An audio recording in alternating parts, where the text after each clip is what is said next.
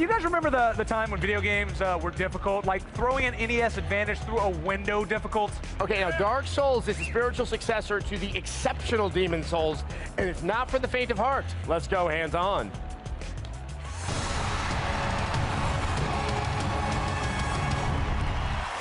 Everybody, please welcome producer Brian Hong to the stage. Yes. Yes. Brian, gotta get this out the way right now, okay? This game is considered a successor to Demon Souls. My question to you, is it gonna be too hard for me? No, it shouldn't be too hard. It should be pretty challenging, though. Because the game was hard. Demon Souls was hard, my friend. Yeah, this is a game that is deliberately designed to kick your ass. We like that kind of game. Yeah, Like our social lives. It's perfect. It's honestly, it's not something that we see all that frequently. Now, you use the term successor, which I think you're using in lieu of sequel. How does it relate to the previous one, or does it at all? Well, Demon Souls was developed by a Japanese developer, From Software. It's the same developer for Dark Souls, and it's the same actual lead designer, Hidetaka Miyazaki. Okay, and now obviously this is a game that is going to scare the living S out of people. You know what's really scary? Monsters. So what kind of monsters are we fighting in this game? Well, we're keeping monsters under wraps. You guys have probably seen these really huge bosses so far in a lot of the trailers and some of the demos that we have. Sure. The Twisted Minds that are From Software have come up with some really, really interesting looks that you're going to see in game. Okay, well, you know we're live, and it would be really good for us if you'd say one of those monsters right now. Well, let's see if Andrew can show us we have an armor-plated boar, which is our mini-boss, and we've got our wyvern, which is this big mythological red dragon. Yeah, now, while we're watching this combat, obviously, Demon Souls was just one of those kind of out-of-nowhere awesome games. Yeah. It came out a couple of years ago. For those that weren't in the know, what's kind of, it's a fantasy game, obviously, but what's kind of the trick behind Dark Souls? Well, the whole essence of Dark Souls, it's not a story-driven RPG the way some of these other ones are with similar kind of backgrounds.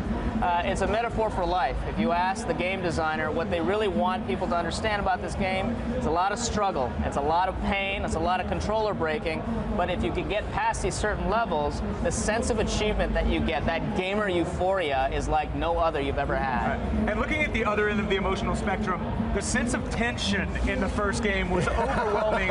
Obviously, you're going to bring the same thing to the table here. How do you create that in this game? Well, I think when you look at Demon Souls and when you play Dark Souls, that's what you really feel is this tension that, oh my gosh, if I die, I'm going all the way back. I'm going to lose an hour of game progress. That's going to happen again. So, yeah. Yay! Well, some of this, as you grow your character, that's where some of the challenge was.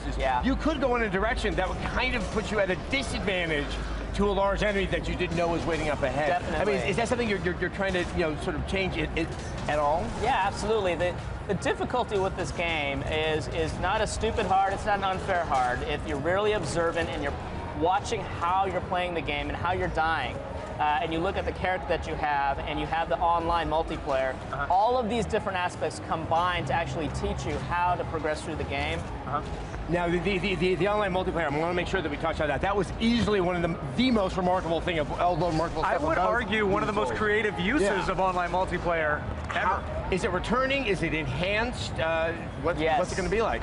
Well, I can't reveal too much, obviously. Why are you here, Brian? Yes, I'm sorry. Sorry. No, but what we do know is, yes, there are a lot of enhancements. This is where From Software and NVGI and NVGA, we really focused our energy. We have an ongoing dialogue with our fans. We're listening to them. We're finding out what they really loved about the online multiplayer the first time around, and we're making a lot of enhancements and new wrinkles that you're really going to have to play the game to find out. Well, I gotta say, I'm so glad that From Software still exists to remind us what games used to be like, and it is a rare achievement to get to play those. Brian, when can we play Dark Souls?